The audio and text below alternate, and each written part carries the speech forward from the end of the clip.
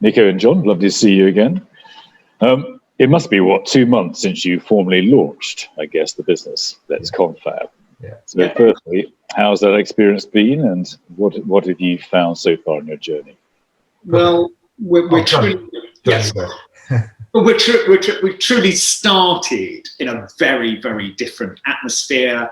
You couldn't have, imagined anything being so completely throwing all the old toys out the pram and start from scratch. So in lots of ways, it's actually been really, really interesting because it's not like what it was a year ago, 2 years ago. This is a totally different world, and you've got to look at things in a totally different way. Nico?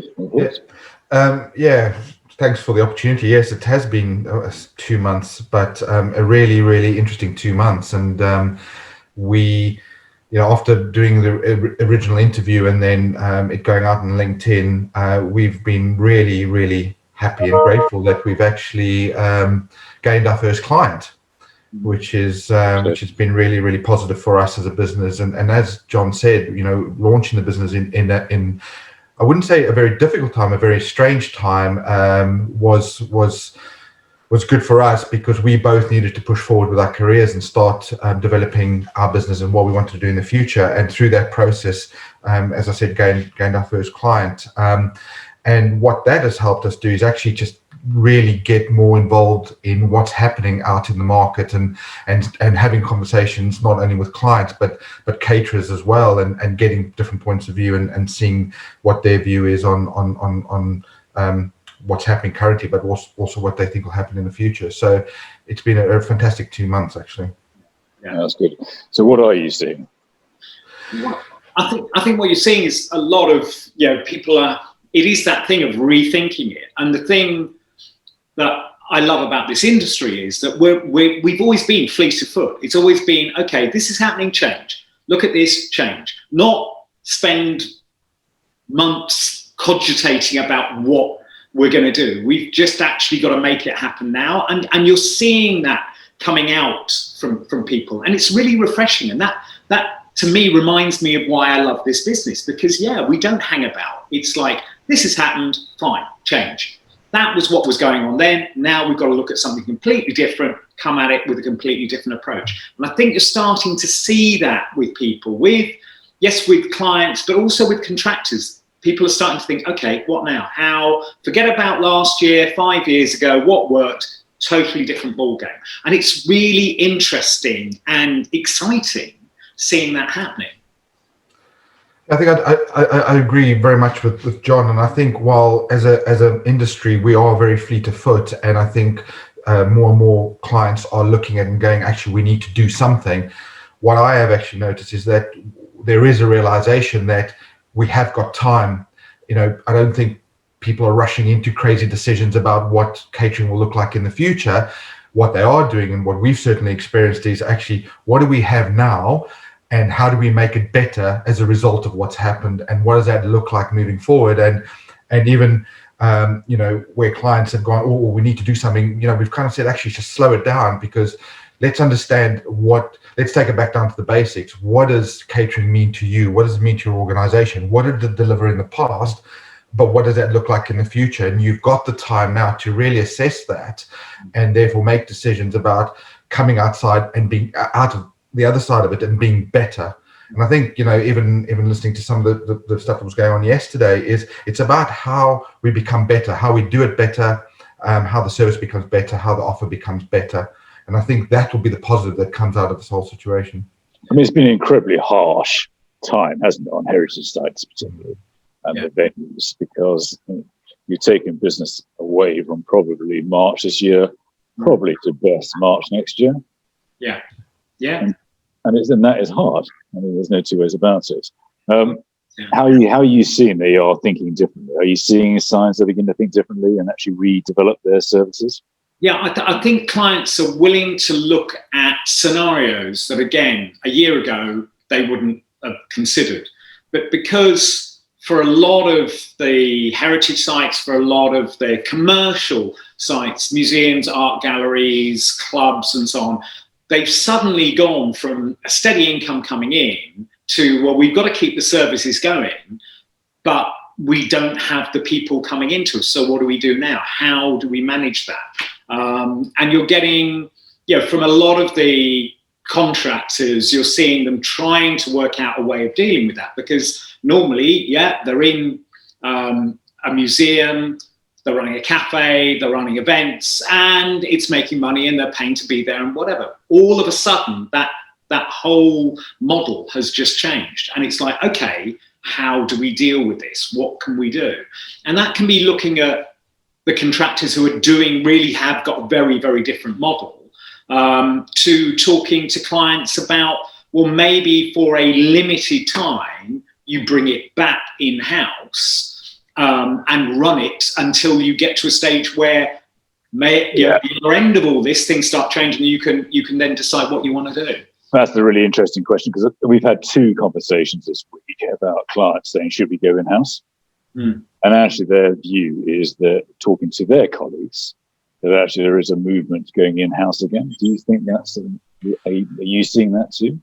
I think the key thing and the key driver there is the way the risk profile has changed as a result of the COVID situation. And knowing now that there are very, very few caterers out there who will go into a situation now taking on a significant amount of risk on behalf of a client, even although there is talk that by 2022 we may get back to the same levels we were back in 2019.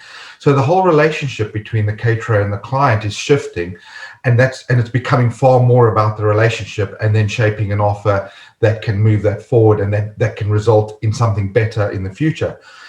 However, because these facilities have shrunk, not the facilities themselves, but because of the requirements have shrunk, heritage sites are based on volume. Volume masks everything. That volume's gone. They've got to change the way they operate. Clients have indicated, or we've certainly seen a push to say, well, actually, because it's such a small offer now and because it's reduced so significantly, there is a drive to go, maybe we should do this ourselves to a point in time where we can then go and engage a contractor to come in, because the size and the scope warrants that change. And I think, again, it comes back to that whole volume piece. And I think the positive coming out of this, specifically in the heritage market, which a positive I'm hoping for and which I will always believe in, is that actually it will rebalance the market. We saw the heritage market move heavily towards very, very low return for caterers and clients pushing very, very high returns on because of the space and the opportunity they're allowing the caterers to come in and take. But that made it a very, very risky business for contractors. And I think this whole change we'll see a change in how that risk profile is handled in the future. Yeah. And actually, one of the interesting dynamics on this is how food would change as well, John, isn't it? Yeah. Because actually, people's tastes and desires will change in this period. Yeah. I think for a lot of different reasons, I think there's going to be a focus coming through on the quality of the raw materials that we're using. And there's so many different things that are affecting that, including Brexit. What supplies are we going to have coming in for next year? Do we start looking at what we've got far more locally? Because, part of that is we haven't got an option. We're going to have to. But I do think as well, when you start looking at the offers that are going on, if you're going to bring down your skill rate, staffing levels within kitchens, then you can go back to the supply chain and look at buying very high quality that you then don't have to do an awful lot to present your clients with a very good place of food. And that can be all and various, from charcuterie to really high quality cheese, making sure you've got a really good sourdough that's going out, all these things that people see now and see a lot of, but the actual skill in the kitchen to produce that is minimal. It's just, you're passing it back, if you like, down the supply chain. Make sure, if you buy cheap charcuterie, it's cheap charcuterie. If you buy cheap cheese, this isn't going to work. It's got to be quality. So I think there's going to be a lot of going, okay, how do we make this happen? How do we do this? And it's interesting because, again, it's something, Chris, I've been enthusiastic about for a long time, but there's been a resistance to it.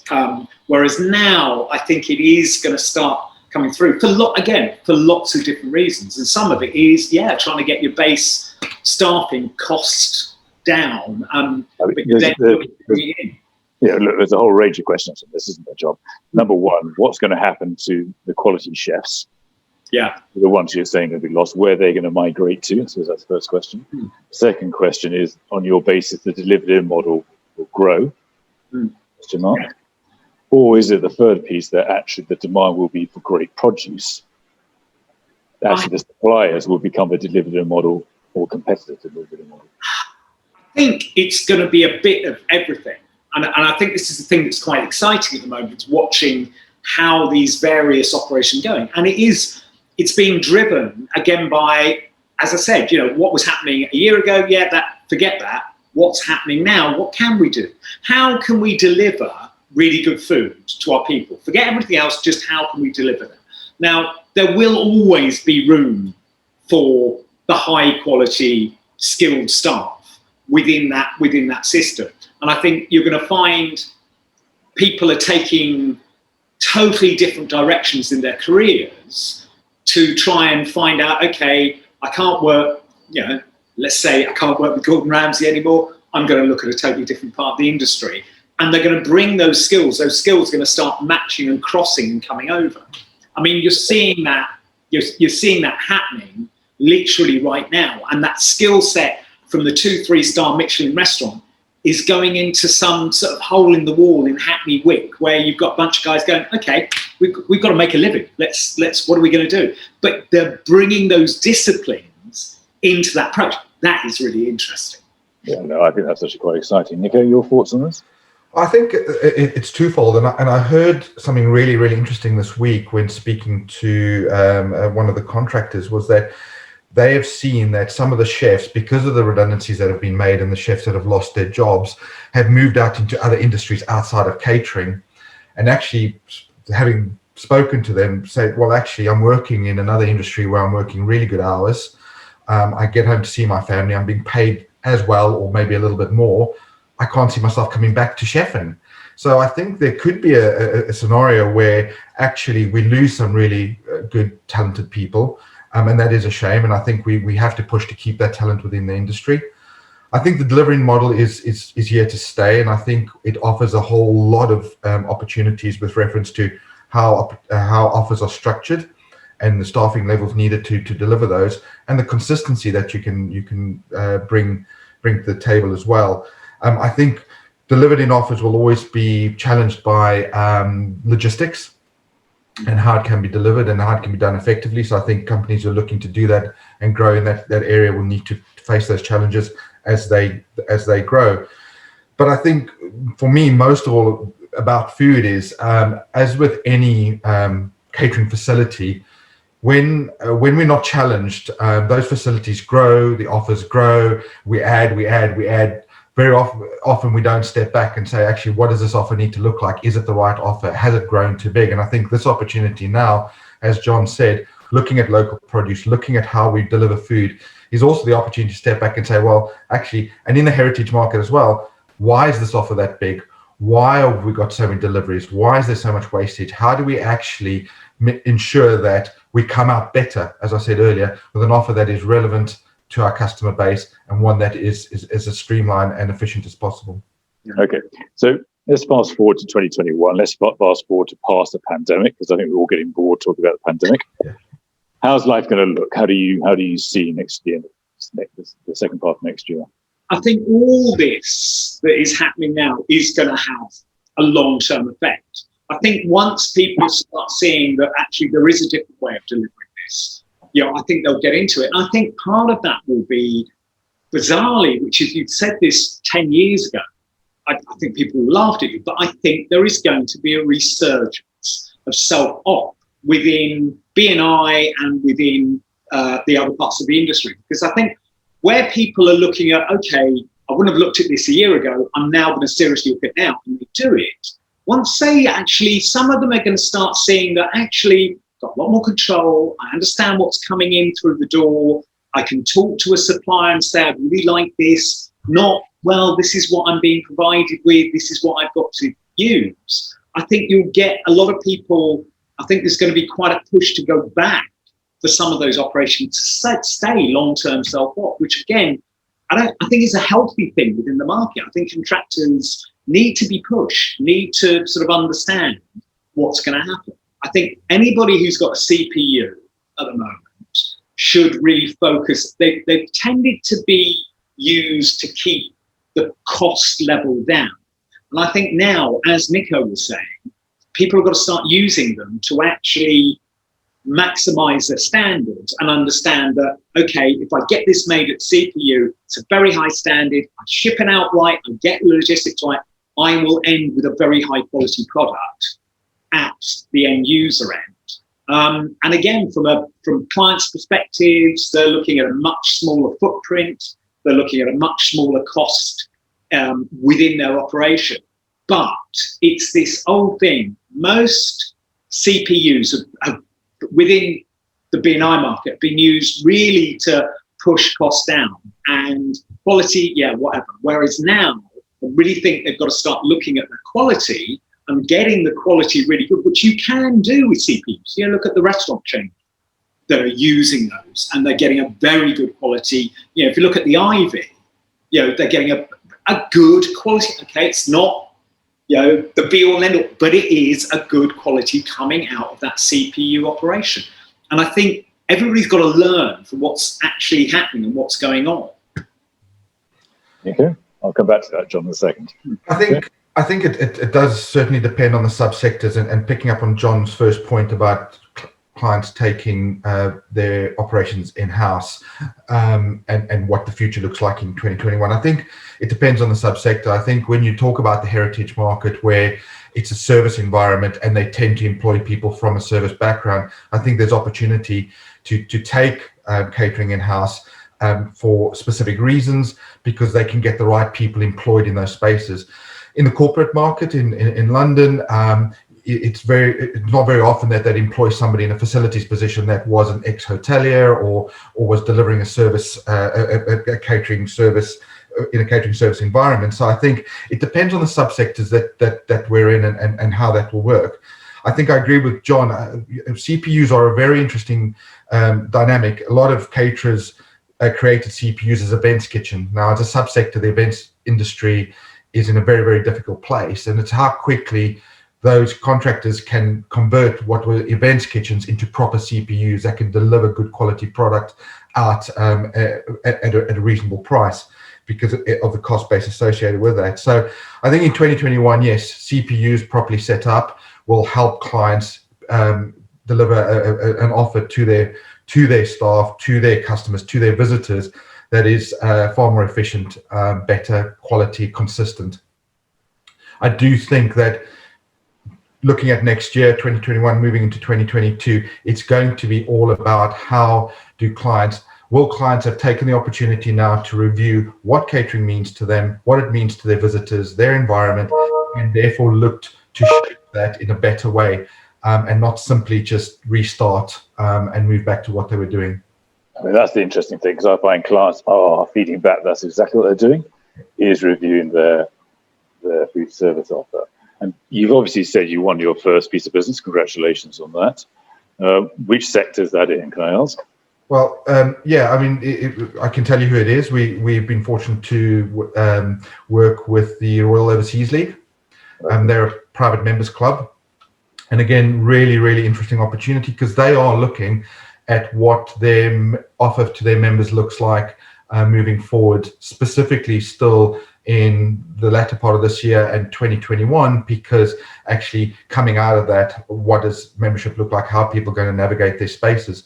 And again, in those type of environments, there are a number of different drivers and levers when it comes to revenue, whether it be restaurants, bars, internal events, external events, and it's about how you look at those different revenue streams and adapt to ensure that at any given time you can switch them back on and make them work for you.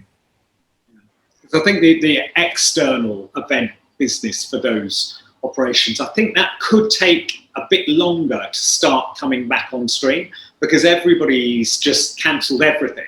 And even coming out at the other end of this, I think it could be quite a slow build-up. It's interesting, isn't it? I had this debate last night because one of the great discussions is how we all pivot and how we adapt. And actually, a lot of people haven't pivoted or adapted because they have a firm belief that life will come back. And that actually includes people, a lot of events people who actually believe there's a thirst for events building. And actually people really want to get back to events. Now, that goes into a bigger subject, because I do wonder whether the kind of traditional black tie dinner people want to get back to, or whether they need to be reinvented, because actually I don't think there's a first for that. I think the first is to get back around the dinner table and have dinner parties. Yeah. And smaller events. I think you're right. So I think there's events are going to have to reinvent themselves, but that's an interesting debate, because many argue that's not the case. Yeah. I think it is a very interesting debate, and I think it's about, there's two levers there. One is, when will we get back to large corporate spending, having large budgets to do massive events throughout a year, and when will that come back? And then secondly, as you say, more people wanting to get around the table and actually converse and have a dinner and actually share ideas and talk about life in general. And I think that's where I agree, the hospitality, rather than just calling it events, hospitality will come back into play, and people will have a thirst for that, and they do have a thirst for that. I think it's part of who we are. It's not going to go away. If you go back to some of those, those big old events that everybody used to turn up to, I mean, I think it's going to take a long time before people are comfortable with going into a situation where it's en masse, you're all crushed up together, then you're going into a big room and just hundreds of people. I think people are going to be averse to that for quite a long time. But yeah, I think there is a thirst to sit round the table, have a conversation, have some great food. But I think the scale could be a bit different. That's where I get really interested, John, about what you're saying. A CPU argument, I agree with it. And I think that's what happens to those top chefs, creative chefs, who don't want to leave the sector, who love being that creative chef. And you're saying they're going to reinvent themselves by finding some location and venue, yes? I think what's going to happen is, as I said at the beginning of this, we're very good at responding and looking and go, okay, what are we going to do now? And I think you will get that with chefs. That's, they don't want to leave the industry. They love working with food. I mean, I worked in B&I for years, and most of the chefs coming through the system were coming out of restaurants. And they were coming out of restaurants because they just got married and they want some social life. They've just started having children and they want to see them. So they're coming out. And what they're doing is then looking, going, oh, I want to come out the restaurant trade, but I still want to be able to do good food. And if you provide environments where these guys can see, oh, okay, I can still do really good food, at the end, that's what makes them buzz, that's what makes them happy. So as an industry, yeah, we've got an opportunity where guys are going to be coming at us from operations that we'd never normally see them moving out of. And I think there's the opportunity there to be coming up with something different, where you can turn around to these guys and say, look, come and have a look at this. You wouldn't have looked at it over a year ago, but come and have a look, because you can still do some great food, just in a very different environment. That's where it gets interesting. And I assume you're seeing this at the club, because people are going to want different food as well, aren't they, John? Because people have experimented, got used to fresh food produce probably during this period of time. I think sales have increased by 30%. Yeah. So actually that's going to impact as well on offers, isn't it? Yeah. You have a lot of critics on sourdough as well. Everybody's to a sourdough expert. And believe me, I am like thinking, oh God, that's going to make life quite different. You can't do anything lame anymore. It's got to be the real thing, because people know what it should be, what it should taste like, and what it should look like. Yeah. I mean, certainly what we found is that sometimes it's just the fact that we're overcomplicating things in the kitchen, and it's being mirrored on the plate, and it's confusing customers. And I think there's a great opportunity now just to take a step back, look at fresh produce, how it's produced, what it looks like on the plate, and how it tastes. And people want to come away going, what a great meal, because it's not overcomplicated. And I think, that for us is key. And I must say, working with John, you ask about the business, I mean, I love my analytics. I love looking at how things work, why they're working, how we can make it different, better, smoother. And then John just comes in and talks about the food. And of the meetings we've had, it's been such a great dynamic working together, because actually we offer clients, real opportunity to not only analyze what they do and what they're going to do moving forward, but bring that real passion for food back. And at the end of the day, it's what we said to the Royal Overseas League is, how do you maintain and grow your membership, and how does food facilitate that? And that's important. Yeah, and I think yeah, I'll give you. I think Nico knows about this, but I'll give you an example of what's changing, which is go to Hackney Wick. In the back of a car park, you will find literally a hole in the wall. And there are 3 of Gordon Ramsay's exes who got made redundant back in March. The place is called, it's a hole in the wall. It's called From the Ashes. And basically, it's just down the road from where one of my daughters lived. We went down and we had some, and it's great. It's really, really good. They're really nice guys, but it literally is a hole in the wall. Everything is done by Instagram. You check when they're open. At 6 o'clock, thing came out on Instagram going, okay, guys, we've been working flat out all day. We're taking an hour break. See you in about an hour, hour and a half. And that is how they communicate with their customers. That's how you know when they're open, when they're shut. But the thing that most interesting thing I found was my daughter actually turned around and said, I've been going here since they opened. And it was good when they opened, but it's getting better and better and better. And that, to me, is the discipline of a 2-3-star Michelin restaurant where, okay, I'll start with this, but I ain't happy with it. And I'm going to keep developing it and keep developing it. And you're getting that discipline brought into an area of the trade that would normally, yeah, I do this, I open this, bang, that's what I'm doing, that's what I'm going to do forevermore. These guys are coming in going, okay, we did it this way, it was good, but we can improve it, and we can improve it, and we can improve it. And I think it's going to be really interesting seeing those disciplines just mixing up and changing things around. Well, the industry is going to fragment, isn't it? Yes. And that's, I think that for a lot of chefs, that will give them a new platform to experiment and do different things, which could be quite exciting. Yeah. How have you two changed? I mean, this has been a journey for both of you to get into consultancy. So, and how have you found it, and how are you changing? Look, for me, one of the things I realised coming to the end of my time was if I don't have an involvement with the food, something inside me starts dying. And so I've been getting anywhere I can go, getting involved in the food, because that's what does it for me.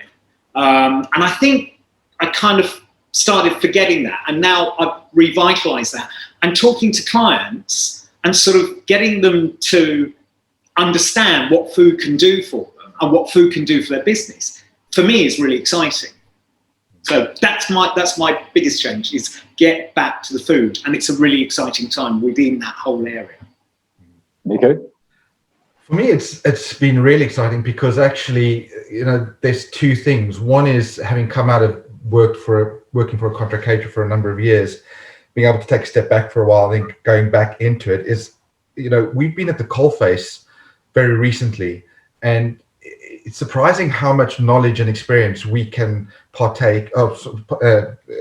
on clients and help them. And when you sit in there and you're looking at these things and you analyze these things with clients, you actually feel it's a good feeling of actually I can help, I can make a difference, because actually I've been there recently. I know how it works, and I think sitting there with clients and when they look at you and they take in what you're saying and they see the value in it, I think for me that's been a really, really fantastic journey. And John and I set out to always be honest with clients and tell them what we think, and if it means actually they turn around and say not for us, then that's fine, because actually we want to work with clients that we enjoy working with and that values what we can bring to them, and we found that to happen. So yeah, we're happy. Yeah. Is it what you expected? It wasn't what I was expecting, but yeah, I didn't have an expectation, to be fair. My expectation was I want to build relationships and work with people that want a relationship versus an agreement. And so far that's happened. So it wasn't really an expectation. It was just what I wanted to see happen. So yeah, it's been good. Yeah. And going into next year, any other thoughts about what's going to happen? I mean, you've obviously listened to all the forecasts. Do you agree with this? Return for 2022? To be honest, I think it's a bit like the American election. I wouldn't put any bets on it. And I think, again, it does come down to that. Just listen to what's happening, try and be aware of what's going on, what people are doing, what clients are looking for, what's going on within our industry. And just, you're almost holding on to the shirt tails of a running man. It's going to be an interesting ride. But I think anybody who's willing to turn around and say now, 2022 is going to look like this, and it's going to be this and that, I think you're mad, because I don't think anybody really knows yet. And I think that's, yeah, to an extent, that's the fun of it. It's working with something that's very, very different. But it sounds, John, sorry, quick. It sounds like you're quite enjoying this year, John. Yeah. You actually enjoy all the chaos almost. Well, what the chaos can bring, yes, what the chaos can bring. Because, as I said to you, lots of people are looking at things that a year, 2 years ago, no way, we're this is what we do, boom, boom, boom, that's it. Now it's like, well, the whole thing's just gone. So, you know, I understand. Like, yeah, what's going to come up? Yeah, I understand. Nico? I think no matter what, people love food, they love socializing. So coronavirus won't last forever. We'll come out the other side of it. When is not for me to say, but we saw after the first lockdown how quickly people got back into socializing, going out, going and eating, going and drinking. That's gonna pick up with even more intensity once this goes away. And I think that will lead to quite a quick recovery. What I do believe will happen, and what we need to do, is make sure we come out the other side better, doing things better, being better for the environment, being better for the people who work with us and for us, and just question ourselves all the way. Food's not going away. We're going to keep doing it. Yeah, but I think the really exciting bit is the amount of conversations we're having about farm to the table concepts. Yeah. People want to access really good produce. And actually, if you don't deliver that now, it's not good enough. No. And I think that's got to build up. And this is, as I said to you, I think, again, Brexit, hey, But the thing is, I think what it will drive is, okay, you can't have strawberries in the middle of December. You can't have raspberries. You can't have this. What can you have? What is really good British produce through the winter, coming into the spring, and looking at things a bit more seasonally again, which is something every chef has been shouting about for years. And it still makes the most sense. At the end of the day, if you buy in season, it's going to be the best quality and it's going to be the best price. Well, again, I think we're going to be forced down the line where we've got to do that. Well, in the longer term, sure, we still will be buying a lot from Europe, I'm sure, but we're going to have a bit of a rocky ride from January through till, I'm not sure. But I think if that brings us back to looking at what's really good in the UK, what's really good in Ireland, Scotland, Wales, and start using that. We're producing some amazing charcuterie now in this country. 15 years ago, you must be joking. Now it's all of a sudden you can actually, if you know what you're doing, buy as good a quality as the middle to top end of the Italian market and the Spanish market. So we've got lots of possibilities. Well, I don't disagree with John. I think it comes down to dynamics. I think it comes down to the dynamics and hopefully the change that will come through with reference to how caterers, whether business and industry, retailers, how they procure, how earnings are established, how caterers are paid for the level of expertise and the quality of the food they deliver, and therefore how they can actually bring that fresh produce to the table. It's about the dynamics of that relationship, and where we've seen and been to, clients want that, caterers can provide it. There just has to be a relationship to understand what that means from a cost and contractual relationship is concerned. Because, for the best will in the world, and, I may be stepping on toes here, if one party gets screwed to the ground, they're going to find a way to actually deliver the best they can for the price that they've been given. And it comes down to that relationship and how you kind of get what you pay for. But I think that was what's really interesting about the Alex Partners event yesterday in the polls. I mean, we had 300 people join us, and the 100%, I think it was, felt models would change. Yeah. They have to. Yeah. Well, you would never have had that conversation like that a year ago, would you? Yeah. Well, I said to a colleague the other day that I'm hoping to spearhead that change. I'm hoping to be part of that change because I think it needs to happen for our industry. Well, it's got to a negative place, hasn't it, anyway? Oh, yeah. Yeah. So actually, it gets quite exciting, I think, because actually it can make a real value to companies in a whole new way, which is good. Yeah. I think as well, it's not all about, oh, if we haven't got much of a budget, we can't participate in that. I will give you a prediction. I think we will end up using a lot more heart than we've ever used before. And I mean literally heart. I was going to say, you're not talking about soul, you're talking about heart, the meat. Yeah, I'm talking about the real heart. Because right now, You've always argued this, John. I know. You've always argued that we have. So it's just come up this way, but you can buy a very high quality organic beef heart for like £7.5. All right. You've always argued this point. I suppose the question is, we're going to CPUs, which I accept. How about the knowledge? Are we going to see a decline of culinary knowledge? I think what you're going to see is, and again, it's going back to this thing of what we were talking about before, where are these highly talented chefs going to go to? And I think some of them will end up coming into these CPUs because they can produce a very high quality product. At the other end, you are kind of de-skilling the end user unit. That's the thing that's, how do you make sure that that great food that you've spent hours specking out and everything else at the CPU come and get delivered in the right way if you've only got somebody there who doesn't really truly understand what the food is. I've just got a list down here. I put the sausage rolls in the oven, hit that button, it does it all for me. I think there is still a thing. If you look at B&I sites, where I've taken over B&I sites, the food's been awful. You're told by the client, that member of staff, we're not that bothered by them. They're a bit grumpy. They're a bit difficult to deal with.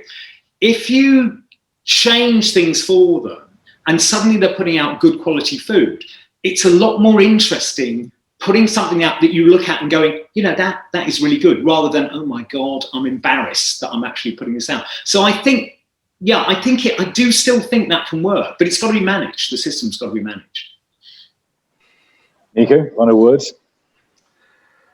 Yeah, I think I'm always one for using and retaining great talent and skill, and I think the model will change. And I agree with John that CPUs will get more talent in them.